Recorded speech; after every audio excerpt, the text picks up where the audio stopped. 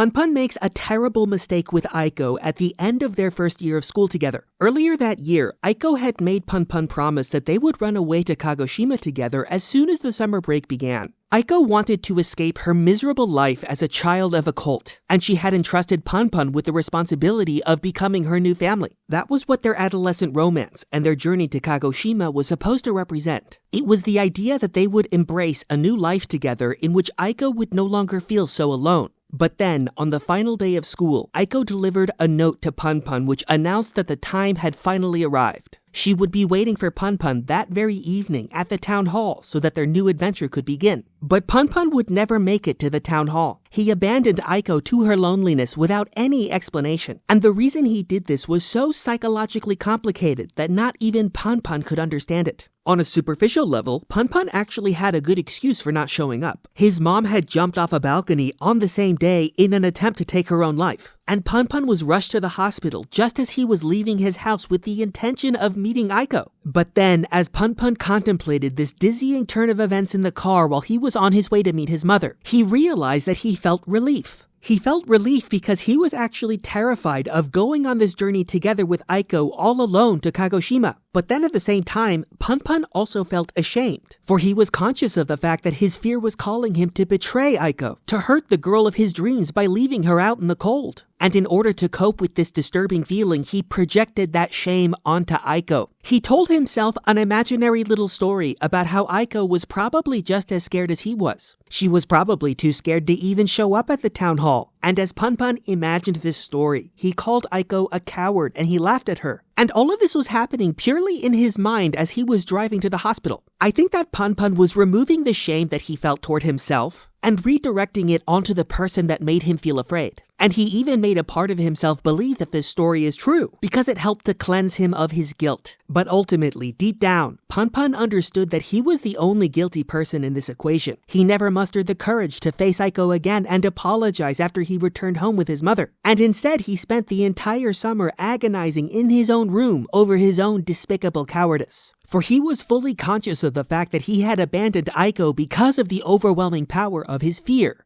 But here's a question. Why is it that Punpun was so afraid to take this journey with Aiko to Kagoshima? Sometimes in the past, Punpun had expressed his fears about a promise that Aiko had made to him, that she would kill him if he failed to take her to Kagoshima. But even though that fear was definitely swirling around in Punpun's mind, I don't think it can be the only or even the most important reason why he was so scared to go on that journey with Aiko. Because remember, when Punpun projected his fears onto Aiko during his drive to the hospital, he was imagining that she was just as scared as he was. And he described the object of this fear as solitude. He imagined that both of them were afraid to be alone together. But this was a fear that Punpun had always had for as long as he had known Aiko. Aiko was constantly struggling to find a moment alone with Punpun because he was always avoiding her. And so in my opinion, when Aiko promised to kill Punpun if he failed to take her to Kagoshima, that did not push him away from Aiko. He took this promise very seriously, and if anything, it pushed him to try his best to take her to Kagoshima, because Punpun did not want to die.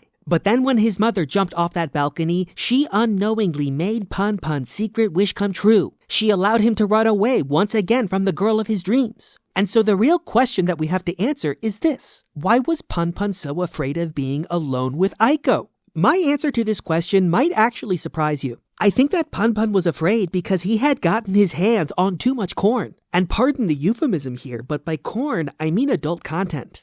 See, Punpun was experiencing puberty around the time when he first met Aiko, just as their adolescent romance had begun. But he didn't have any adult figures in his life who could help him understand what he was going through. He was feeling something new in his connection to Aiko, and he also understood that this was different than the friendship that he had with other boys. But Punpun was sincerely puzzled about how this new relationship was supposed to work. And if Punpun had only had responsible adults in his life, they could have shown him that it doesn't have to be scary or complicated. All he needs to do is be Aiko's friend. A responsible adult could have taught him about human sexuality and the meaning of his own puberty, and they could have warned him that he was too young to worry about a sexual relationship. That kind of thing would come later in life. But Punpun did not have access to that kind of guidance. The only material he had to make sense of his feelings for Aiko was all of the adult content that his friends had gotten their hands on, and the only human guidance he received was the graphic ideas that his friends had derived from that very same material. And this led Punpun to believe that love was entirely about sex, and he barely even knew what that was.